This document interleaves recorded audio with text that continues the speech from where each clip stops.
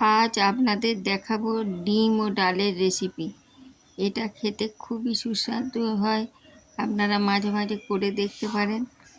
ভাতের সাথে খেতে তো ভীষণই ভালো হয়। এবার চলুন শুরু করা যাক রেসিপিটা। প্রথমে কড়াইতে তেল গরম করে 3-4টে শুকনো লঙ্কা দিয়ে দেব। তার মধ্যে 1 বাটি মুসুর ডাল এবং ছোট করে কাটা আলু দিয়ে কিছুটা নাড়াচাড়া করতে হবে। তারপরে 3-4টে কাঁচা লঙ্কা, রসুন কুচি, পেঁয়াজ কুচি, হলুদ গুঁড়ো, লঙ্কা গুঁড়ো এবং স্বাদ মতন লবণ দিয়ে আবার নাড়াচাড়া করতে হবে। তারপরে জল দিয়ে দেব। জল দেওয়া হয়ে যাওয়ার পরে ওইটা একটু ফুটতে দিতে হবে। এদিকে একটা ফ্রাইং প্যানের মধ্যে সর্ষের তেল গরম করে তাতে একটা ডিম ভেজে নেব।